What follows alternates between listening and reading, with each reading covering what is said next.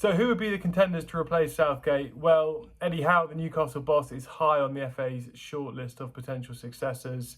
He's done a great job at St James's Park, saving them from relegation and then leading them into the Champions League. They consolidated their position in the top half of the table last season. The question might be there whether the FA could afford to get him out of Newcastle and prize him away from a club that obviously wouldn't want to lose their boss.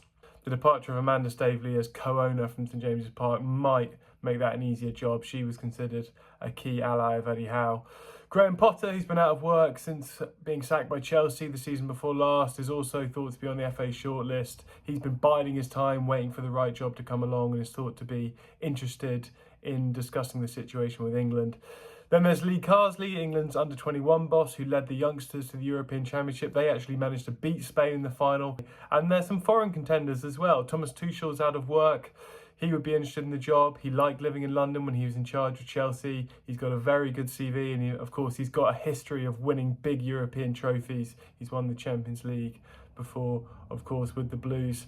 And then there's Mauricio Pochettino, another former Chelsea boss who's out of work after being sacked by the Blues, or leaving by mutual consent, I should say, at the end of last season. He'd be interested in the job, and he's, of course, known to the Football Association's technical director, John McDermott, who was with Pochettino at Spurs. There's been some talk that the FA should go after Jurgen Klopp. That would obviously be a very exciting pursuit. He's out of work after walking away from Liverpool, but is thought to want a year or so out of the game on a sabbatical to recharge. So that seems an unlikely one.